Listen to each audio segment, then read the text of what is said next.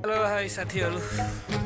So guys हो जहिले घुम्न जान लागिरहेको छु र कालो रात यहाँ यो रात चाहिँ हाम्रो नेपालमा दिन जस्तो हुन्छ, हामीलाई चाहिँ रातो है चारैतिर कालो अँधेरो छन्, तर यहाँ चाहिँ भर्खरै उज्यालो भएको छ यहाँलाई चाहिँ के गर्ने है। सो आज म पनि राति तर्फ घुम्न जाँदैछु, हेरौँ आज कहाँ कहाँ पुगिन्छ। हिँड्दा हिँड्दा म भिडियो राख्दै गर्छु, कृपया हजुर हेर्दै साथ दिँदै गर्नु होला है त। सो म हिँड्दै हिँड्दै कहाँको ठुल्ठुलो रूपमा आइपुग्यो र म हिँड्दैछु, कहाँ पुगिन्छ होला हेर्दैछौँ।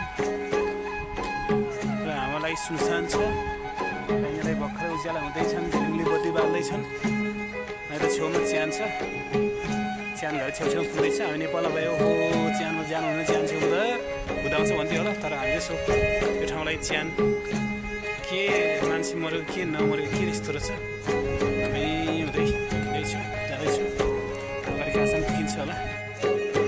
सो साथीहरू हेर्नु त, घुम्न आएर कत्रो भयङ्कर रुख देखिहाल्यो, भिडियो नगरौँ भनेको फेरि गर्न मलाई रुख देखेर आम्म है कत्रो रुख हो घाँटे भयङ्कर रुख छ।